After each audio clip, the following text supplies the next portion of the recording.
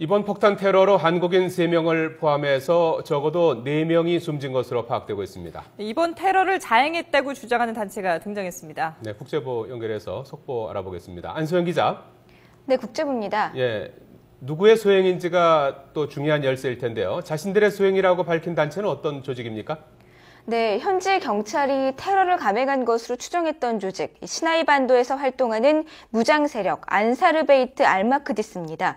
과격 이슬람 단체인 안사르베이트 알마크디스가 이집트 동북부 시나이 반도에서 발생한 한국인 관광버스 테러 사건을 자신들이 저질렀다고 주장했다고 이스라엘의 더 타임스 오브 이스라엘이 보도했습니다. 이 신문은 여러 아랍권 언론을 인용해 이 단체가 알카에다 연계 테러 조직이며 이번 테러가 자신들의 소행이라고 주장했다고 전했습니다. 네, 이 단체는 과거에도 여러 차례 테러를 저지른 것으로 알려졌다고 하는데요. 앞으로도 관광객을 대상으로 공격을 계속하겠다라고 밝혔다는 소식도 들어와 있죠. 네, 지금까지 이 단체는 정부군과 경찰, 기독교계 인사를 대상으로 테러를 저질렀었는데요.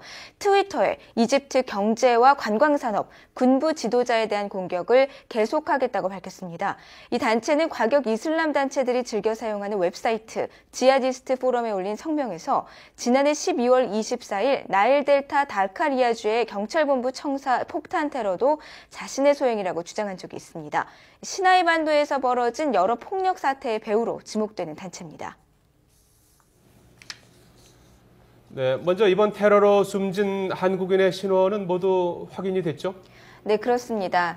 이번 테러로 숨진 것으로 확인된 사람은 한국인이 3명, 또 이집트 현지 운전기사 1명, 이렇게 모두 4명입니다. 이 가운데 이 한국인은 현지 가이드인 재진수 씨와 관광객 인솔자 김진규 씨, 그리고 충북 진천 중앙교회 교인 김홍열 씨 등 모두 3명입니다. 이번 테러가 자폭범에 의한 것이라면 이 테러범을 포함해서 1명이 더 늘어나게 됩니다. 어제 폭탄 테러를 당한 관광버스에는 성지순례를 위해 현지를 방문하고 있던 충북 진천 중앙교회 교인 31명이 타고 있었는데요. 이들은 11박 12일 일정으로 터키와 이집트, 이스라엘을 순례하기 위해서 지난 10일 출국했습니다. 이 가운데 64살인 여성 김홍열 씨가 병원으로 이송하던 도중 숨진 것으로 전해졌고 다른 신도 14명이 다쳤습니다. 이들은 샤르m 일세이크 국제병원 등 부근 병원에서 치료를 받고 있는데 생명에는 지장이 없는 것으로 전해졌습니다.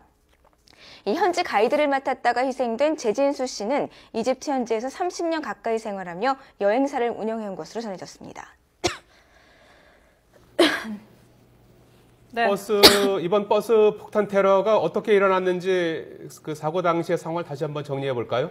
네, 이번 테러는 현지 시각으로 어제 오후 3시가 조금 안 된 시각에 발생했습니다. 우리 시각으로는 어젯밤 10시쯤입니다. 이스라엘과의 접경 지역인 이집트 동북부의 시나이 반도 타바 부근에서 일어났는데요. 성지순례에 나섰던 교인들이 시나이 반도 중부의 유적지인 캐터린 사원을 둘러본 뒤 타바로 향하던 중이었습니다. 이 교인들이 버스를 갈아타기 위해 검문소에서 잠시 대기하고 있던 사이 버스 앞쪽에서 갑자기 폭발이 일어났다고 생존자들이 전했습니다. 이 때문에 버스 앞쪽에 있던 현지인 기사와 가이드, 인솔자 등이 숨진 것으로 보입니다. 하지만 자폭 테러범이 버스 안으로 들어와서 폭탄을 터뜨렸다는 추측도 있고 또 도로에 미리 폭탄을 설치했다가 리모컨 컨트롤을 이용해 터뜨렸다는 추측도 있습니다. 때문에 정확히 어떻게 폭탄이 터졌는지는 현장 조사 등을 좀 더 지켜봐야 할 것 같습니다. 네, 안소영 기자. 자, 이번에 이 테러가 발생한 시나이 반도는 그동안에 이게 성지순례를 가는 사람들이 많은 것으로 유명한 곳인데 어떤 의미가 있어서 이렇게 여행객들이 많이 찾는 곳인가요? 시나이 반도는 성경에서 모세가 하느님으로부터 10계명을 받은 시나이산이 있는 곳입니다. 그렇다 보니까 기독교와 천주교인들이 자주 찾는 성지순례 코스 중 한 곳입니다.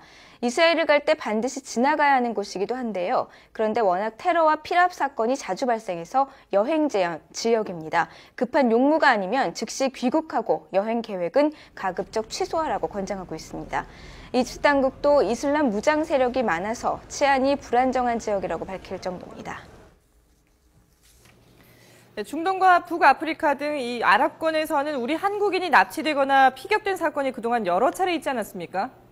네, 2년 전에도 이번 테러가 발생한 곳에서 이 성지순례에 나섰던 한국인 3명이 무장 세력에 납치돼 하루 만에 풀려난 적이 있습니다. 지난 1월에는 리비아에서 코트라 무역관장이 현지 무장괴한에 납치됐다가 사흘 만에 구출되기도 됐고요. 또 2012년 2월에는 나이지리아와 예멘에서 한국인 피랍 사건이 발생했는데 예멘에서 한국인 여성 1명이 숨진 채 발견됐습니다. 2009년에는 한국인 관광객 18명이 예멘을 방문했다가 폭탄이 터져 4명이 숨졌습니다. 또 2007년에는 아프가니스탄에서 교회 자원봉사자 23명이 피랍됐고 이 가운데 2명이 숨지는 등 2000년 이후 아랍권에서 우리 한국인들이 피랍되거나 희생된 사건이 이어지고 있습니다. 지금까지 국제부에서 전해드렸습니다.